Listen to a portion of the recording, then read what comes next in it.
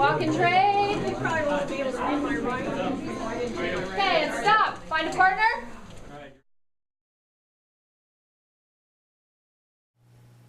Welcome to the ESU6 Craft Knowledge video series. I'm Jen Madison, and today we'll be talking about the strategy of musical cards.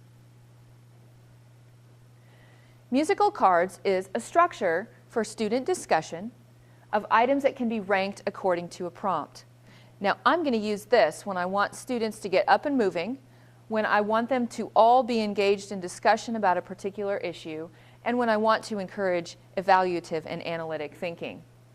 This works best for me when I'm trying to build some common background knowledge, say as the set to a lesson or a unit, or possibly when I want students to put down an opinion about a question or a prompt, and then we want to prioritize which to talk about in a whole class discussion.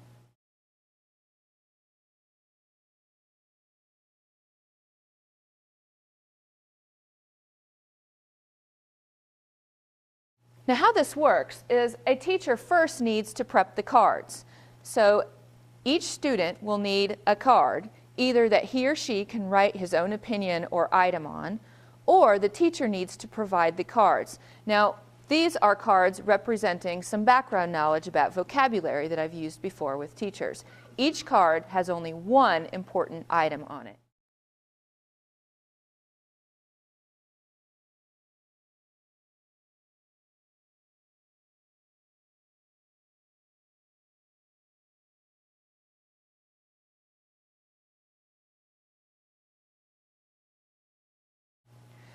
Each student gets a card.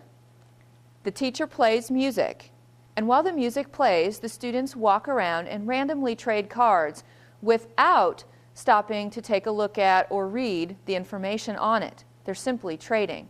When the music stops, that's the student's cue to pair up with whomever they're currently trading.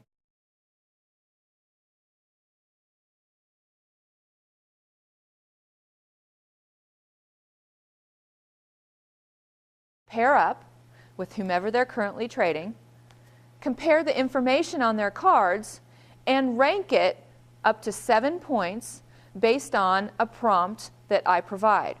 So typically it works well to give an essential question. For example, I might say, how do I encourage deep and lasting understanding of vocabulary terms? And teachers would rate the information on the cards on a 7-point scale according to importance and relevance in answering that question. So if I'm walking and trading and I stop with someone, we're going to compare our cards, and we say that this person's card is very important and relevant toward our essential question. While mine is important, it's just not as big of a deal to us. We might give that card a 5 and my card a 2, or a 4 and a 3, for example.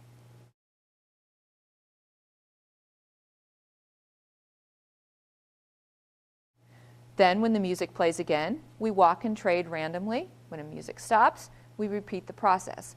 As a teacher, I might repeat this 4, 5, maybe even 6 times to encourage student discussions about lots of different items.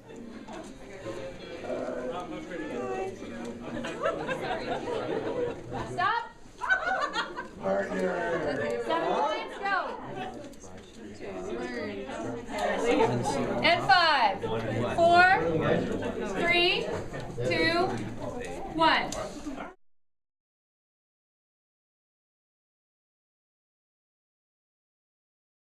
So in a minute, you're going to go back to your seat. You're going to add up the numbers and circle the sum. Go. How many numbers? At the end, I'll ask students to tally the numbers on the back, circle that number, and return to his or her seat.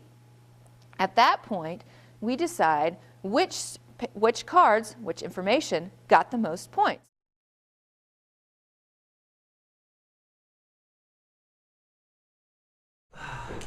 Okay, we only did it twice with 7 possible, so our top is 14, right? Actually, we always needed a group of 3, so then in a group of 3 I gave them 10 points. Does that make sense? Okay, so does anybody have a card that has 12 or higher? Wow, okay, share yours. Structured responses allow students to process information and give better answers. Okay, so structured responses help us get more students responding more often? Gary? Think, pair, share, interaction sequence. Think, pair, share, which is interaction sequence extends think, pair, share. So that's a great way to get more students responding more often. Okay, I might do that to call several out in the room, and then I would say, does anyone have a card in front of you that's just so important but didn't get a high rating that you'd like to share? Okay, and I might even do randoms here, or I'd use this time to say, you know what, there's one that didn't emerge as the top, but I need to make sure we all understand it because it's just that important. So then I would share that. Okay. So that is the strategy of musical cards.